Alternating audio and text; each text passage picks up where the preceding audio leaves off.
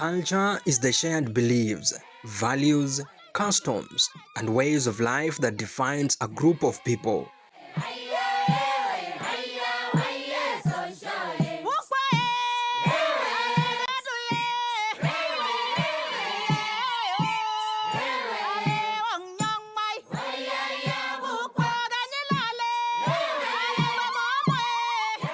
In the mountains of Elgon, on the border of Kenya and Uganda, the Sabaot people stand as a sacred sub-tribe of the Kalenjin community.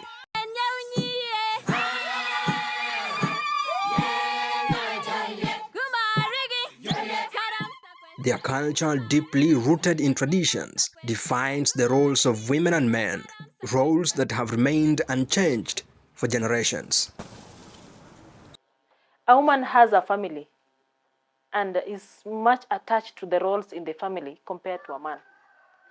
In most cases, in the African setup, the main role of a man in a family is just to provide and to give a resource. But the role of a woman is much heavier in a family. We as women, we are married into our husbands' homes. And some communities, like where I come from, it's not easy. They feel that you cannot just come from where you come from and come to their homes to lead. Some traditions also do not. A woman, even women are maybe allowed, they're not even allowed to eat with men. So if they're not allowed to eat with men, how then can they speak before men? Basically, Mount Elgon community still have that notion that, like you can see when our deputy governor, the current sitting deputy governor, vied as a deputy governor in the first regime, men came out strongly saying that Mount Elgon hatujafikia mahali pa kutangulisha mwanamke. Mwanamke hawezi tangulia, hata ukijenga nyumba mwanamke hawezi ingia ndani. And that is the notion that made the deputy governor not be given that opportunity. And a man alipewa kutangulia. In this region, the doors to gender equality have remained tightly shut. Women are marginalized and suppressed by cultural norms that prioritize male dominance. When you talk about gender equality, it's not about men being more equal than, it's supposed to be all of us being equal, equal to the task, equal to opportunities, equal to leadership. Let's say in the leadership positions, patriarchy has really made the women of our county not to get those positions.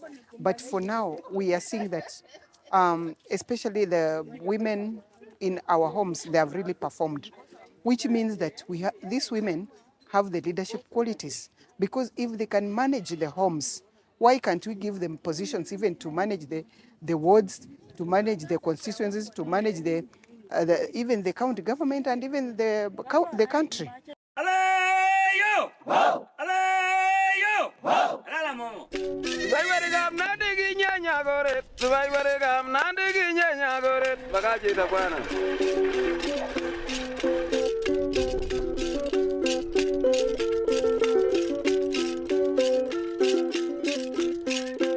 Here, liberation for women is a battle still being fought.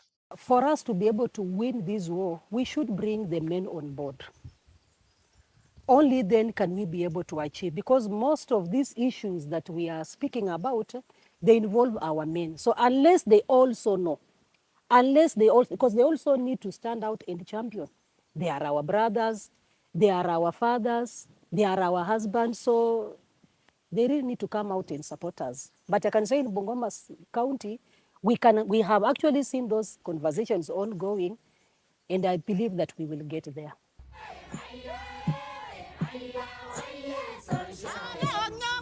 Only the bold dare to challenge the chains of traditions.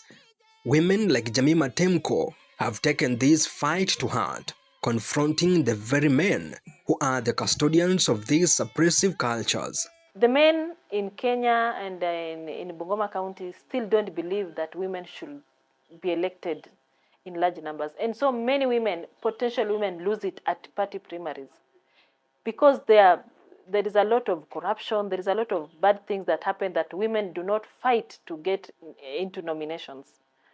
And you know, once a woman has lost at a party primary, even if you go for independent, you may not really win. The only time when I saw that gender or being a woman affected me while contesting for the seat of MCA is when the elders come in. They still have that idea of it's not a time to start with women. In Cheptai's village, Jemima Temko is a beacon of hope. She has transformed her personal struggle into a mission to empower others.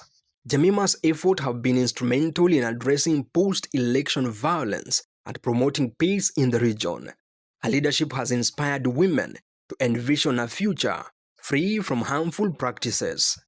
Sisi wote ndio tumekuja hapa, we are just a representative ya wamama katika vijiji vyetu, na sisi ni viongozi. Wengine ni viongozi wa makanisa, wengine wa makampuni, wengine wa ushirika mbalimbali, wengine wa county government, wengine wa mashule, wengine kama kina mama Ana hapa ni viongozi ya maendeleo ya wanawake, na yani we are all leaders. Na kama sisi ni akina mama viongozi, inamaanisha sisi ni taa katika vijiji vyetu. Sisi ni taa na kila mtu anatuangalia. Women are just like men, and the abilities are just the same. And you see that I think I can't say it has been proven, but personally I believe that women are better managers, and given an opportunity, they will serve better.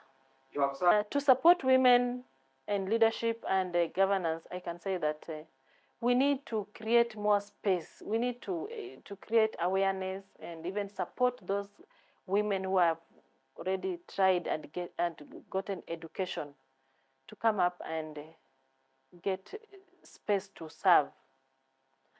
And we can also support women leaders. We have got a number of women leaders who have come out. They want even to contest. I want to thank Eco Network a lot. Eco Network has been there. They have assisted us as Bungoma County. We have been trained on different spheres.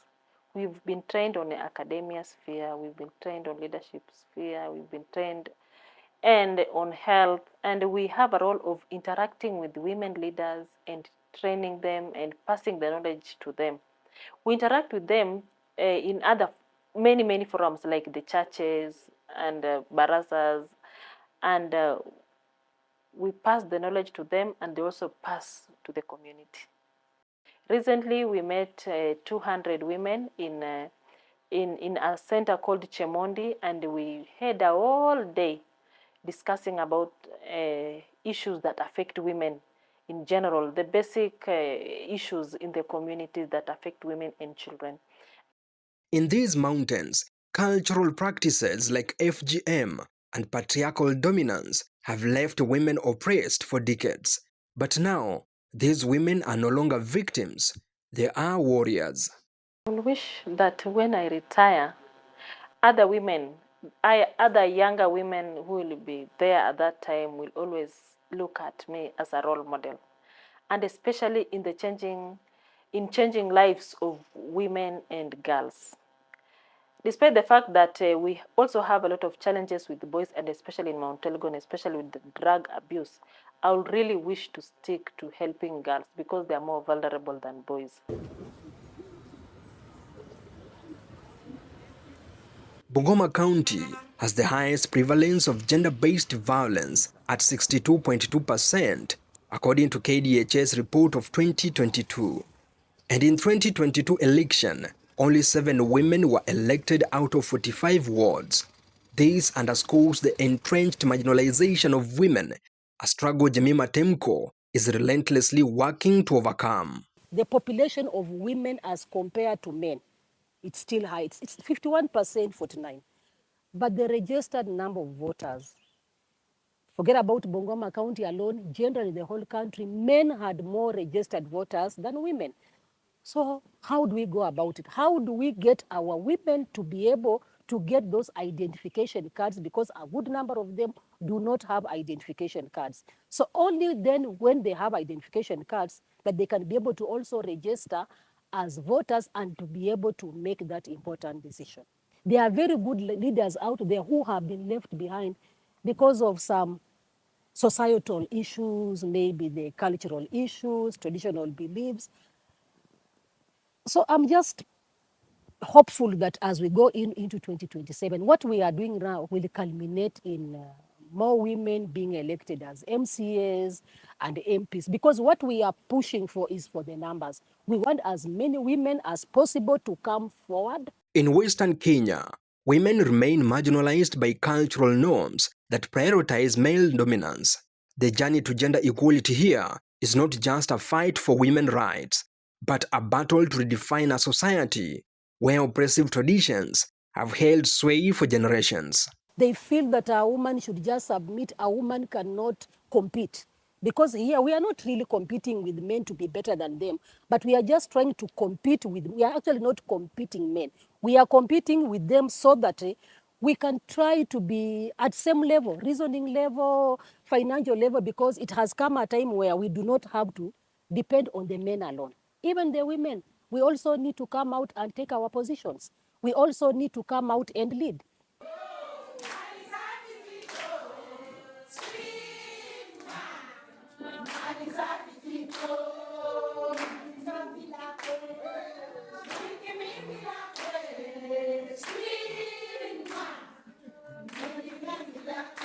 Through the partnership of UN Women with support of Island Embassy, grassroots initiatives are transforming lives.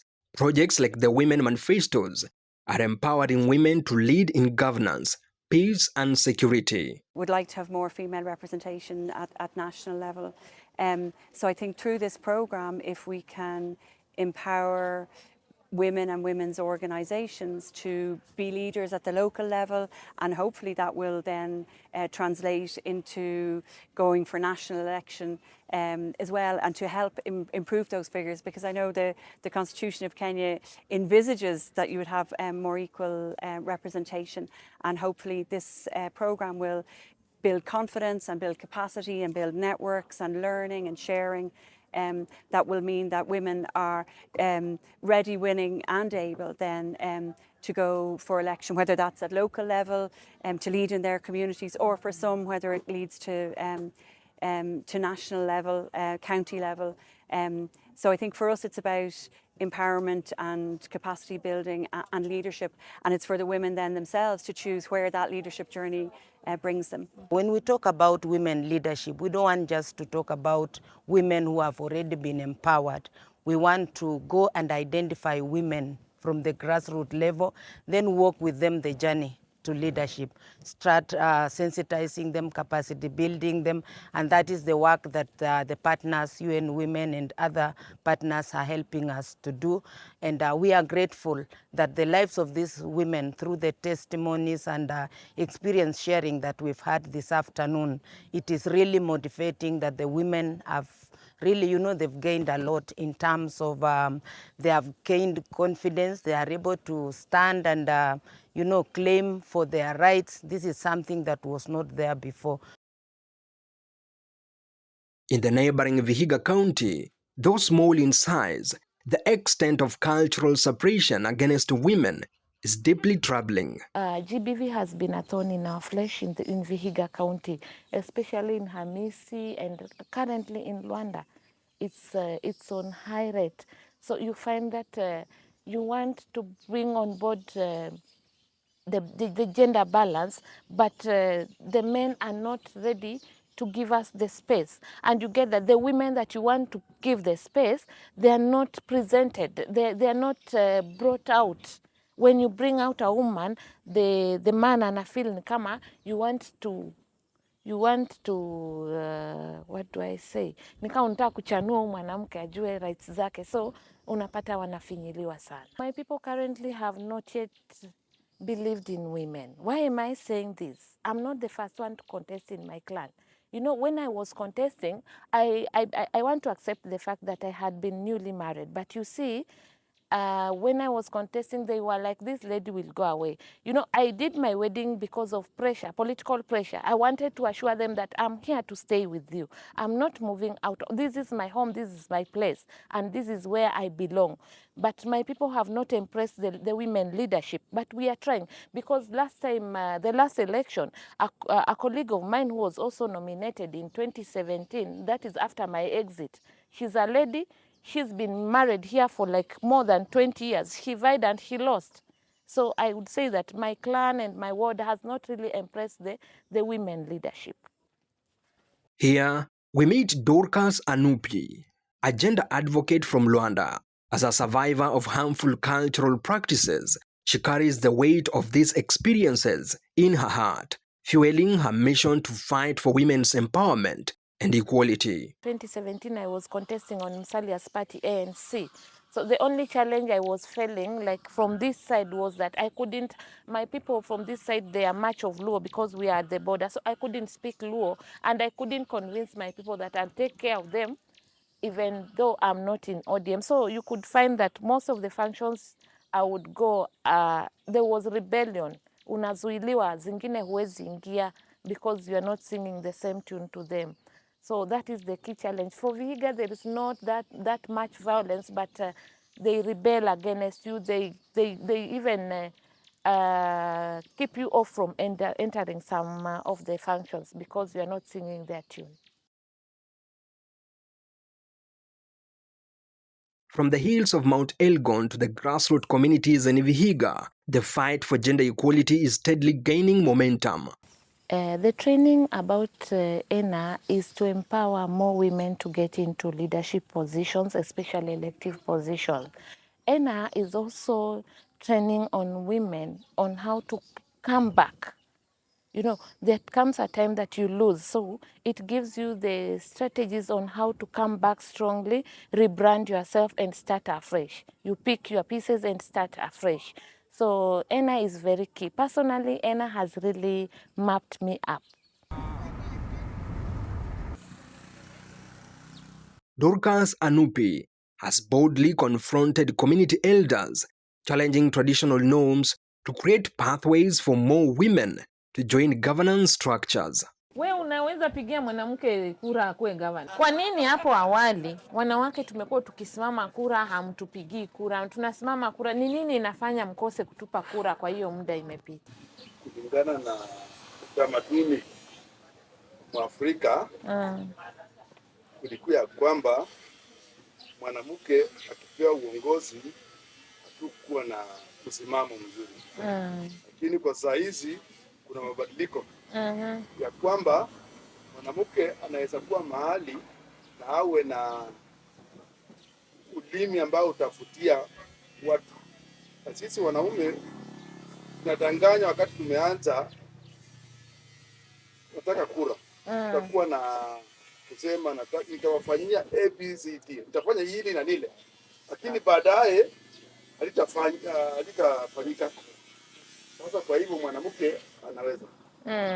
Tuko na pengo kubwa sana katika uongozi. Na mimi nimejitokeza, nimeanza mikakati yangu, nataka 2032 mimi ndo niwe gavana wenu wa kwanza. Mtaniunga mkono wazee wangu? Ato, utaniunga mkono 2032? Nitakuunga mkono. Ni lazima tukujaribu tuone wewe utakuwa namna gani. Kwa maana 27 hii ukisimama utakuwa uwezi. Wanaume wamesimama wengi. Sasa wewe sasa mama huwezi kupenya katikati yao alafu uingie. Mama atoke tu uko nyumbani anasema yeye anataka kuwa MCA. Utasaidia yeye? Mama mke wako. Mpaka tuwe karibu uzizi zote tutembee na yeye. Ndio watu wajue huyu ni bwana ya huyu. Tukimpatia mitendo yake itakuwa mzuri. Lakini tukiwacha tu atembee peke yake, tena watu wengine wanaweza tokea msituni wanaanza kupiga yeye, shauri yeye ni mwanamke. Mpaka mimi tembee na yeye. Mara mingi mmetufunga na mila na tamaduni za kijamii. So mila na tamaduni za kijamii zinasema nini kuhusu uongozi wa sisi wanawake? Kulingana na vile mababu wetu wa zamani walivyokuwa wameweka utamaduni wa kuzuia wanawake katika uongozi ilikuwa ni kazi ile ambayo ilikuwa imewafanya wanawake wasijiingize katika uongozi, lakini kwa vile vitu vimebadilika siku hizi, wanawake wanafanya hata zaidi ya kuliko sisi wanaume. Tunajaribu kuleta gender equality, ambapo tukichagua mwanamke ambaye bado umri wake ni mdogo kama huyu, sisi wana youth itakuwa rahisi kumfikia. Mahali tunaona makosa tunamrekebisha. Na kwa vile pia mama Temko and Anupi are fostering resilient communities and empowering women to play an equal role in shaping the future. Temko and Anupi are fostering resilient communities and empowering women to play an equal role in shaping the future. I feel that it's the time for us women to stand out, position ourselves, and speak in one voice to take the key positions in government and in leadership. Also, you can see that there are the manifestos now in both counties. You can see changes that are being made, and I think one of the great things for me is how that close relationship with the local governments, who are very committed as well, and then you have the manifestos being brought in into the development plans, so that it can have a real impact, and that's what we want, to have an impact at community level and at county level as well. For Florence Juma, a member of the Bungoma County Assembly Gender Committee, the fight for women's rights begins with policy. What has been stopping or hindering those partners and donors to be able to fund our county was also the absence of the legal frameworks. But now that we have this gender mainstreaming policy, which within the policy you will find gender and health, gender and education, gender and governance. So this alone now gives even the women the power, because there's something that we can, stand up and say we have something of our own. I should also appreciate the Women Manifesto that was launched last year in December. To be exact, it was on 6th December 2023. Now that we have begun disseminating, we are now currently at the sub-county level. We will then get to the ward level where we have 45 wards, then eventually to the 236 units within Bungoma, because we want every woman in Bungoma from the grassroots levels to be empowered, to be sensitized, and to be capacity built. Through partnerships with organizations like Eco Network Africa Foundation, Democracy Trust Fund, and UN Women, supported by Irish Aid, transformative projects are changing lives in Bungoma and Vihiga counties.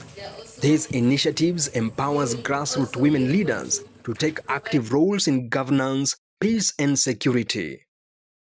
You know, there is no way you can talk about leadership, governance without talking about the issues of peace and security.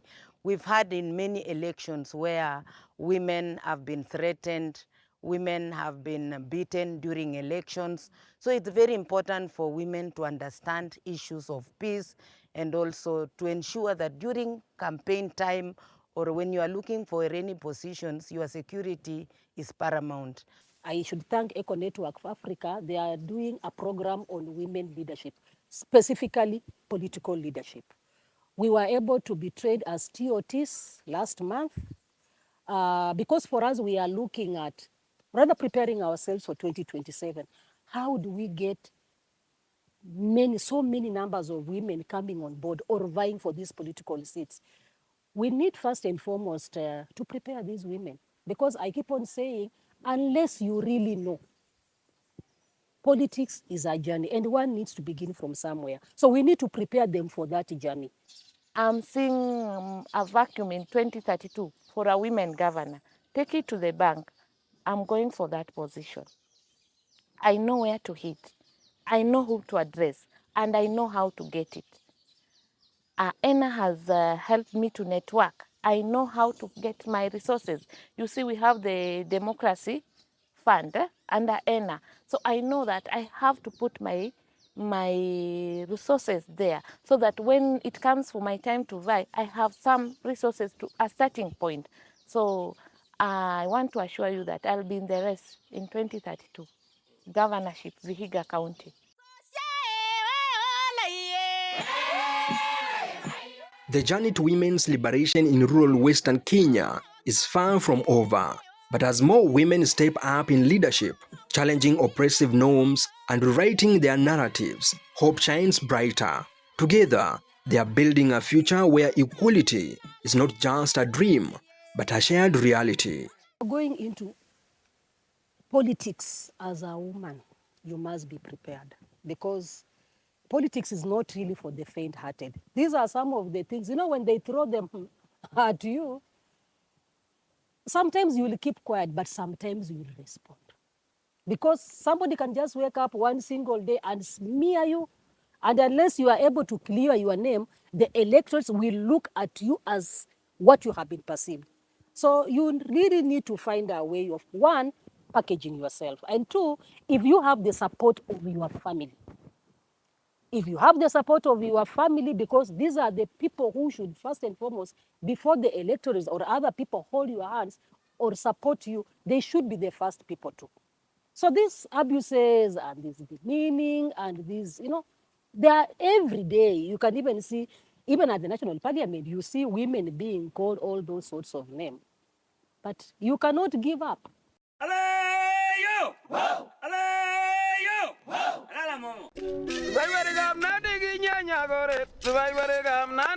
For Culture Quest, I'm Levis Msumba.